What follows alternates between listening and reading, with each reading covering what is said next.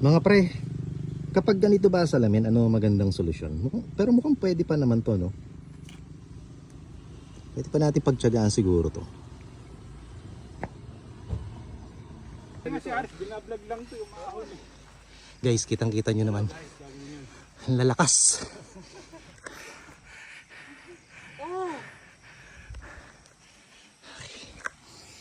Ahon. Last ahon na ba yan?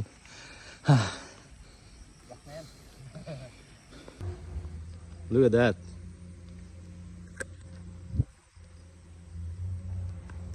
Grabe oh.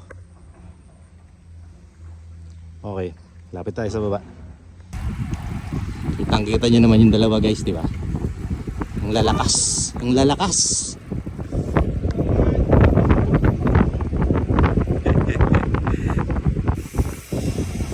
Grabe. Babalik na tayo, pre. Oo, balik na. Balik na tayo. Buta, ahon pala tong kasunod.